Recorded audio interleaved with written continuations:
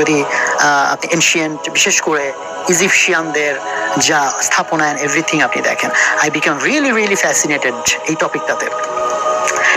কেন এই টপিকটাতে গেলাম, ওই যে ডকুমেন্টের কিছু পিটস অ্যান্ড পিসেস ঘাটতে গিয়ে বিভিন্ন রকম টপিক আমাকে বিভিন্ন দিকে নিয়ে গেল। এইটা একটা টপিক আমি ঘাটাঘাটি শুরু করলাম এবং আমি বুঝতে পারলাম যে না, আমরা মেইন স্ট্রিম যেভাবে হিস্ট্রিকে বিলিভ করি যে মানুষ একসময় অ্যাবসলিউটলি কিছুই জানতো না অ্যান্ড দেন এখন আমরা সভ্যতার চূড়ায় আছি, আমি বলি যে না, it's a very big wrong understanding. আমি I could be wrong, but আমার আন্ডারস্ট্যান্ডিং, আমি বলি সভ্যতা একবার পিকে উঠেছে।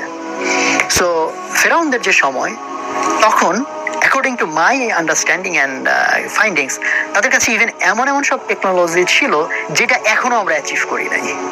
আমি ইজিপ্টে যখন ইজিপ্টে দেন্দুরা একটা টেম্পল আছে, দেন্দুরা মন্দির, আমি ইজিপ্টে ভিজিট করি, দেন আমার তো অনেক দিনের ইয়ে ছিল, এগুলো দেখবো নিজে। দেন্দুরা টেম্পলে আপনি দেখবেন যে সাবমেরিনের ছবি আছে, হেলিকপ্টারের ছবি আছে, আনবিলিভেবল। তো যাই হোক, এটা আমাকে খুব ফ্যাসিনেট করে। আমি জাস্ট ওখান থেকে দেন আমি এনশিয়েন্ট আরো যে সভ্যতাগুলো আছে, মাচু পিচু বলেন বা গোবেকি তাপি বলেন, এরকম আরো অনেক কিছু আমি ঘাটতে শুরু করি। তখন আমি বুঝতে পারি যে ইতিহাসের যে বয়ানটা আমরা শুনে অভ্যস্ত, এর মধ্যে অ্যাকচুয়ালি আরো অনেকগুলা ভাবে দেখার অনেক কিছু আছে।